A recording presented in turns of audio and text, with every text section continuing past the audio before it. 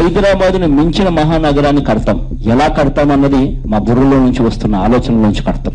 విజయవాడలో క్యాపిటల్ సిటీని పెట్టడం మనస్ఫూర్తిగా మేము ఆహ్వానిస్తున్నాం. With the location, what has at least 30,000 acres of land, we're saying that please ensure that it is right in the middle of the state. బహుశా ఆంధ్ర రాష్ట్రానికి బహుశా 3 క్యాపిటల్ వస్తాయేమో. Executive capital, legislature capital, judicial capital, 3 capital కూడా రావాల్సిన పరిస్థితి కనిపిస్తా ఉంది అధ్యక్ష. 3 రాజధానులకు సంబంధించిన ఇంతకు ముందు ప్రవేశపెట్టిన బిల్లును ప్రభుత్వం వెనక్కి తీసుకుని మెరుగైన బిల్లుతో సభ ముందుకు వస్తుంది. To Visakhapatnam, which is going to be our capital. To Visakhapatnam, which is going to be our capital. ప్రతి రాష్ట్రానికి ఒక ఎకనామిక్ పవర్ హౌస్ ఉండాలి. ఒక ఎకనామిక్ పవర్ హౌస్ అనేది రాష్ట్రానికి లేకపోతే, ఒక హైదరాబాదో, ఒక బెంగళూరు, ఒక చెన్నైయో ఇటువంటి నగరాలు ఏ రాష్ట్రానికైనా లేకపోతే రాష్ట్రానికి సంబంధించిన ఆదాయాలు ఎప్పటికీ కూడా పెరగవు. ఒకటైతే చెప్తున్నా, ఏ క్యాపిటల్ అయినా కూడా రాష్ట్రానికి మధ్యలో ఉండాలి.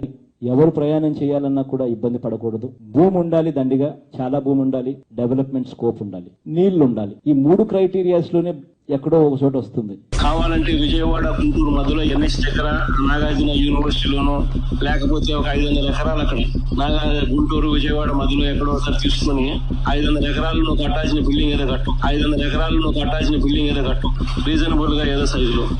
There is no word as such as capital. One needs to understand the constitution itself. Where the government sits, it is capital. It is the most important thing what one should be understand, what one should be aware of it. Machilipatnam to Vijayawada 70 కిలోమీటర్లు, Vijayawada to Guntur మరో 40 కిలోమీటర్లు. ఈ మొత్తం capital area కింద declare చేయండి. మచిలీపట్నం నుంచి MA తీసుకోండి, విజయవాడ నుంచి VI తీసుకోండి, గుంటూరు నుంచి GUN తీసుకోండి. మావి గన్ అని పేరు పెట్టండి. మచిలీపట్నం, విజయవాడ, గుంటూరు, మా వి గన్.